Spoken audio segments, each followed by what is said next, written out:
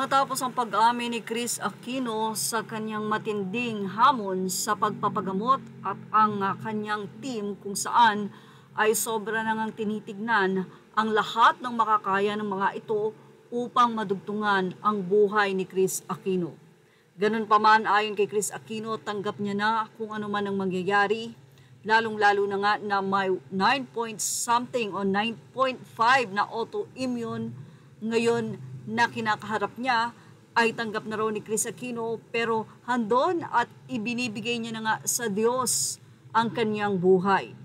Ganun pa man, marami ang nananalangin kay Chris Aquino at ayon sa kanila, medyo umiwas muna nga daw si Chris sa pagkakaroon ng love life at mag-focus sa pagpapagaling nito dahil anila ang stress o sakit ng puso ay nakakapagpadala sa kanyang karamdaman o kalagayan. Marami nga ang nag-a-advise sa Queen of All Media na si Chris Aquino na tumutok muna sa kanyang pagpapagaling at pagpapagamot sa kanyang siyam na autoimmune disease na tumama sa kanyang katawan.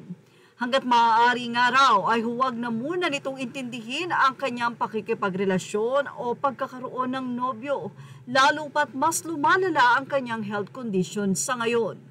May mga nabasa pa nga daw na unsolicited advice mula sa mga supporters ni Chris na nagsabing huwag siyang magpa-stress sa pagpapaliwanag hinggil sa hiwalayan nila ng ex-boyfriend na si Dr. Mike Padlan. Mas focus na lang daw siya sa pagpapagaling ng mga sakit niya at iwas muna sa mga lalaki dahil baka makadagdag lang ito sa lumalala niyang kondisyon. Ito yung matapos nga na mag-post ulit ang TV host actress sa kanyang Instagram kung saan ay nagpapaliwanag ito at nagsasabi ng pagsusori ni OG Diaz hinggil sa di umano ay misinterpretation sa kanyang naging pahayag sa hiwalayan nila ni Doc Mike. Sinabi rin ni Chris Aquino na alam niya na galit pa sa kanya si Doc Mike dahil hindi ito pumayag na isa sa maging doktor sa kanyang team. Ganun pa man, hiling ni Chris na one day ay mahupa ang galit nito sa kanya.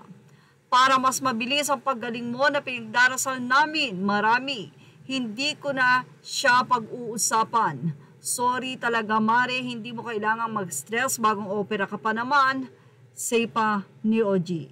Pagpapatuloy pa niya, I thought I was still dreaming, unsure about who I saw when Dr. Cricket, my anesthesiologist, was waking me up, but he was there. We didn't get to speak. Yan ang kwento ni Chris Aquino. Anyway, Miss Chris, as much as I want you to get better, I don't think this is the time for you to focus on your love life, say ng isang netizen.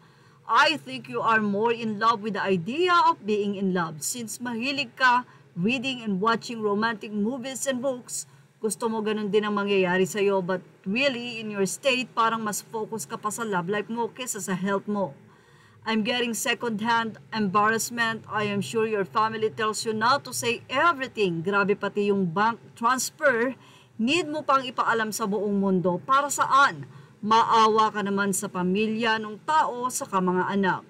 You divulge too much. Hindi na dapat malaman ng buong mundo yan kahit gaano ka pa ka-honest. Please, Chris, you have to stop this. You have been like this every time you get into a relationship. Please have some decency. The best for her is to keep it to herself or to the people close to her so people will not judge her or comment harshly.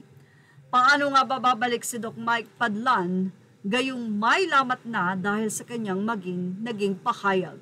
Well, yan ang ating showbiz snap update. May point ba ang mga netizen? Ilagay na ang inyong opinion sa ating comment section. Images are all credit to the rightful owners. Please like, share, and subscribe.